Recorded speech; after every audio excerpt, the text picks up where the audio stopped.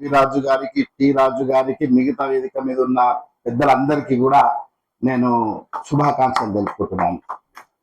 నిజంగా కళ అంటే ఒక వినోదం కాదు. కళ అంటే సమాజాన్ని తట్టి లేపడం. పాట అంటే వినిపించడం కాదు. పాట అంటే ప్రజల హక్కుల పరిరక్షణ కోసం గొంతుకై నిలబడడం అని నేను అనట్లేదు. ఆ ఆలోచనని ఆచరణలో పెట్టిన మహా సాంస్కృతికవేత్త, ఉద్యమకారులు మన మాస్టర్జీ గారు. ఎందుకంటే ఆయన 50 ఏళ్ళు పూర్తయింది అంటున్నారు ఈ విశ్వజన కళ అంటే. అప్పుడు దళిత కళా మండలి, ఆంధ్రప్రదేశ్ దళిత కళా మండలిగా ఆవిర్భావం చెందిన ఆ సంస్థ 50 ఏళ్ళు పూర్తి చేసుకుంటే ఆ సంస్థతో నాకు 35 ఏళ్ల బంధం ఉంది. చర్యల్ని ఖండిస్తూ నాటకాల రూపంలో, ఇతర సాంస్కృతిక ప్రదర్శన రూపంలో పల్లె పల్లె తిరిగి ప్రజల్ని, అనగారిన ప్రజల్ని సామాజిక చైతన్యం తేవడంలో విశ్వజన కళా మండలి ఒక కీలక పాత్ర, కీలక భూమిక పోషిందని అని చెప్పగలరు. అప్పుడే ఆ సంస్థకి ఒక గుర్తింపు స్టార్ట్ అయింది పల్లెల్లో.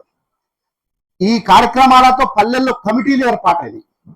ఆ రోజుల్లో నేను చూసిన ఒక జర్నలిస్టుగా దగ్గరికి వెళ్ళి ఆ సంస్థలో ఒక పెద్ద సంస్థగా ఏర్పడ్డది. ఆనాటి ఉమ్మడి మెదక్ జిల్లాలో ఎక్కడ చూసినా కమిటీలు. ఏ సాంస్కృతిక సభ, సామాజిక కార్యక్రమాలు జరిగినా దళిత కళా మండలి పాట, ఆట అనేది ఖచ్చితంగా కనిపించేది మనకు.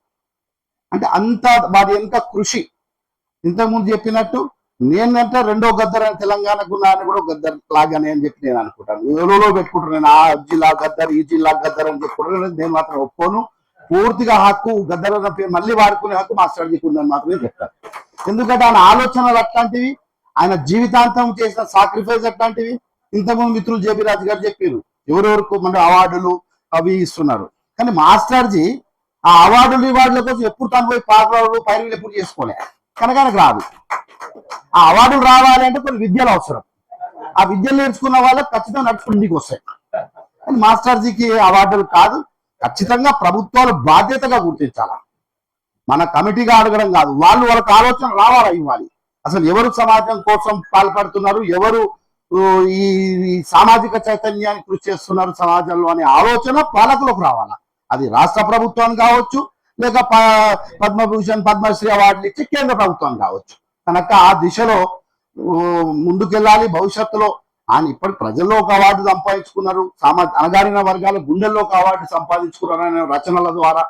కనుక భవిష్యత్తులో అలాంటివి వరించాలి. దానికి కూడా మా వంతు సహకారం. ఎందుకంటే దళిత కళా మండలి ఒక కుటుంబ సభ్యుడిగా నేను అనుకుంటాను, దాని ఆ సంస్థలో సభ్యుడిగా మాత్రమే అనుకుంటాను. ఎందుకంటే మాస్టర్జీ గారితో నాకు చనువు అట్లాంటిది. ఇక తర్వాత మా రాజు గారు కూడా వారు ప్రయాణం చేయడం అంటే ఇంకా దానికి ఒక శోభ కళ వచ్చింది. జేబీ రాజు గారు అంటే అప్పుడు ఆ రోజుల్లో జేబీ రాజు గారు కూడా కొంచెం ఉద్యోగం చేస్తున్నారు అనుకుంటా, మీరు జాబ్ లో ఉన్నారు అనుకుంటా.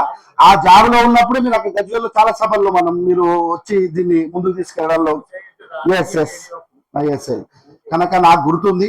సరే, ఏదేమైనా ఈ సందర్భంలో రేపు రవీంద్ర భారతిలో జరిగే ఈ స్వర్ణోత్సవ వేడుకకి పూర్తిగా వ్యక్తిగతంగా అట్లాగే మా సంస్థాపరంగా మా సహాయ సహకారాలు ఉంటాయని నేను భరోసా ఇస్తూ ఇవాళ ఈ కార్యక్రమంలో పాల్గొన్న ఆహ్వానించడానికి కృతజ్ఞతలు తెలుపుకుంటూ సెలవు తీసుకుంటున్నాను.